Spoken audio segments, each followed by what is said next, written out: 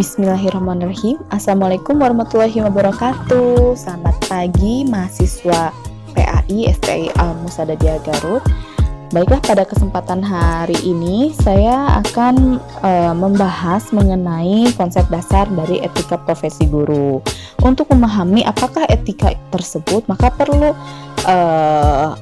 perlu kita untuk mengetahui asal istilah etika tersebut ya. Jadi etika itu berasal dari bahasa Yunani yaitu ethos, yang artinya berarti adat istiadat atau kebiasaan. Hal ini berarti etika berkaitan dengan nilai-nilai, tata cara hidup yang baik, aturan hidup yang baik, dan segala kebiasaan yang dianut dan diwariskan dari satu orang ke orang lain atau dari satu generasi ke generasi yang lain.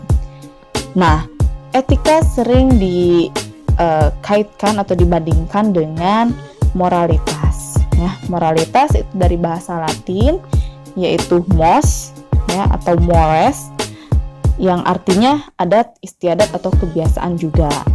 Jadi pengertian secara umum, etika dan moralitas itu sama-sama sistem nilai tentang bagaimana manusia harus hidup baik sebagai manusia yang telah diinstitusionalisasikan dalam sebuah adat kebiasaan yang kemudian terwujudnya dalam pola perilaku yang konsisten dan berulang dalam kurun waktu yang lama sebagaimana layaknya sebuah kebiasaan.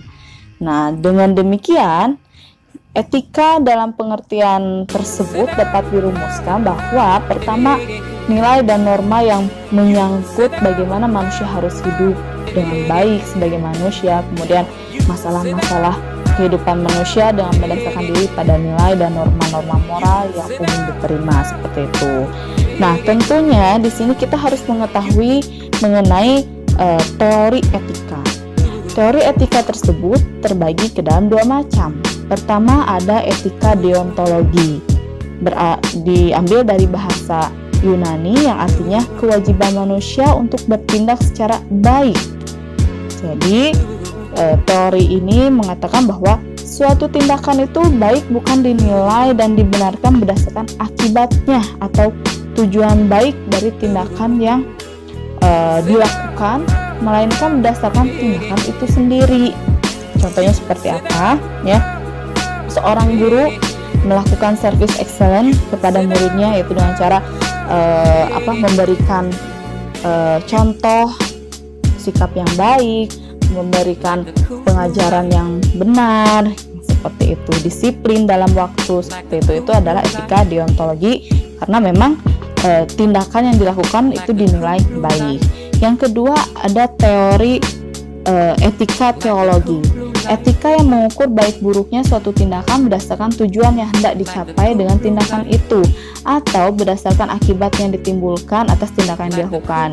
Jadi contohnya seperti ini ya.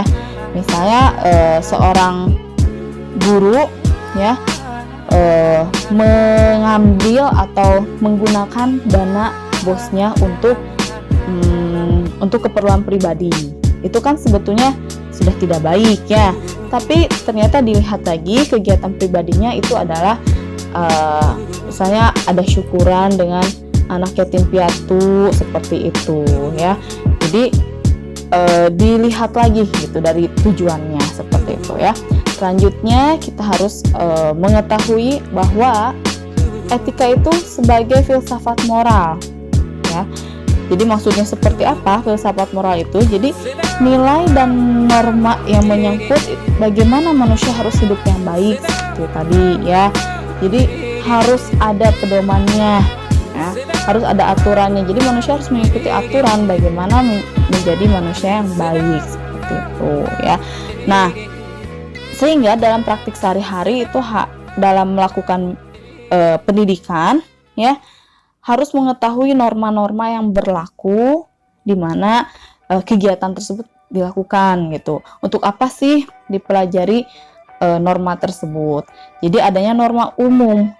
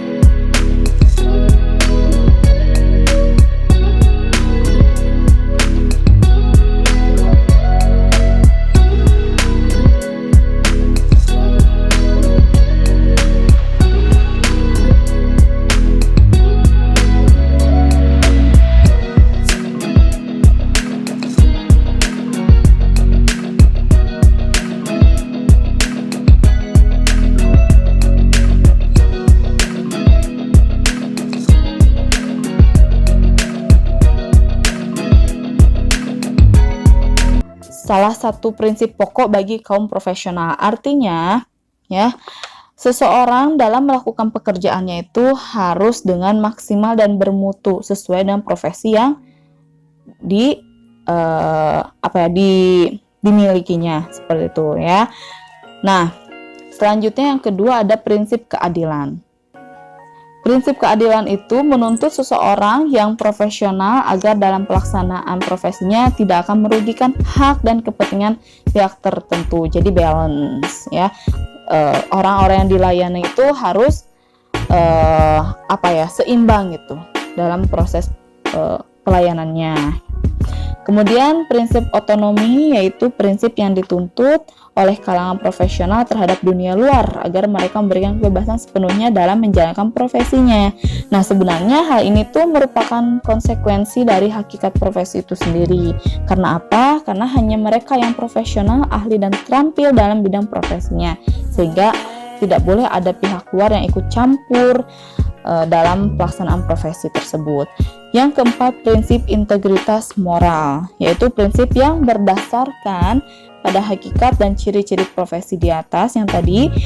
Nah, jadi harus terlihat jelas bahwa orang profesional itu harus mempunyai integritas pribadi atau moral yang tinggi gitu, sehingga harus mempunyai komitmen pribadi untuk menjaga nama baik profesi tersebut. Oke.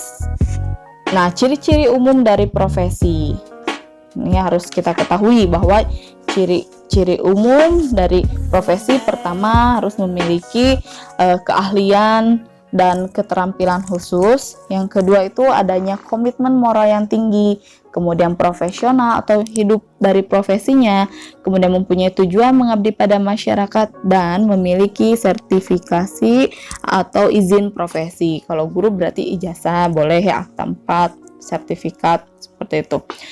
Nah, guru itu kan dianggap sebagai profesi ya. Kita tahu bahwa menurut undang-undang guru itu sebagai pendidik profesional dengan tugas utamanya itu apa? Mendidik, mengajar, melatih, mengembangkan nilai-nilai hidup, seperti itu ya. Itu pada siapa? Kepada pendidikan anak usia dini, jalur pendidikan formal, pendidikan dasar, dan pendidikan menengah. Oke. Nah, guru itu kan dianggap sebagai suatu profesi ya, sehingga tanggung jawab untuk mencerdaskan anak bangsa melalui pendidikan itu menjadi tantangan tersendiri kan bagi guru gitu dalam menghadapi rintangan di depan mata. Meskipun yang kita tahu ya bahwa gaji guru itu tidak banyak ya, melainkan kecil, tapi guru itu tetap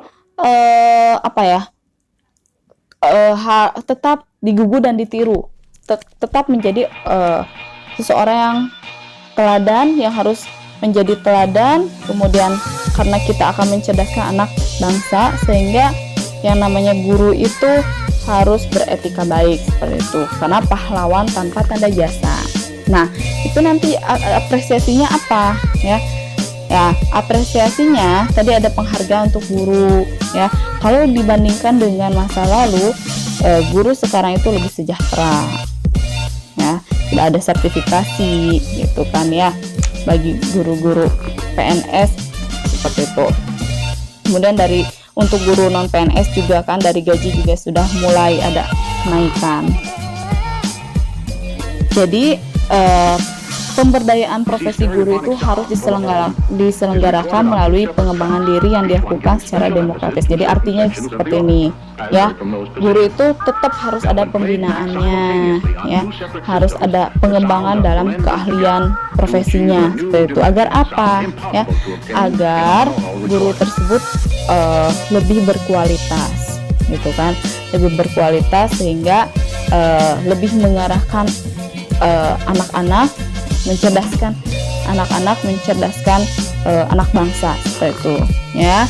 Jadi intinya guru profesional adalah guru yang meramu kualitas dan integritasnya. Jadi tidak hanya memberikan pelajaran bagi peserta didiknya, tetapi harus menambah pembelajaran bagi mereka sendiri gitu, bagi gurunya sendiri. Jadi sama-sama belajar.